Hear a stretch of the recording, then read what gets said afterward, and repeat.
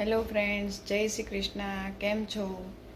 તો આજે કેનેડામાં સરસ મજાની મોર્નિંગ છે અને એકદમ ઠંડી છે. તો અમારે હવે ચા થઈ ગઈ છે, તો હવે ચા નાસ્તો કરીશું. આપ જોઈ શકો છો કે ટોસ્ટ છે, ભાખરી છે અને ચા રેડી છે. તો હવે હું ચા નાસ્તો કરીશ અને પછી આજે હજી મીવાન સ્કૂલે નથી ગયો અને અમારે પણ વર્ક ફ્રોમ હોમ છે.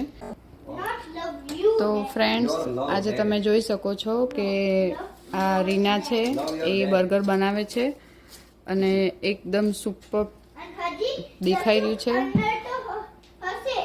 સેમ ટુ સેમ મેકડી જેવું બર્ગર છે અને આજે મેકડીમાં બર્ગર લેવા જેવું છે નહીં, કારણ કે બહુ જ ઠંડી છે બહાર, -10 છે.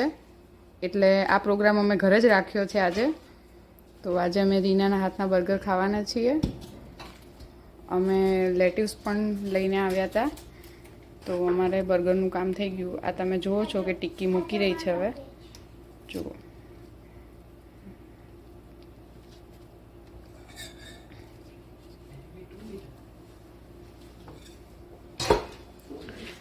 તો ફ્રેન્ડ્સ, આ અમારા બર્ગર રેડી છે અને સાથે ઓરેન્જ જ્યુસ પણ છે.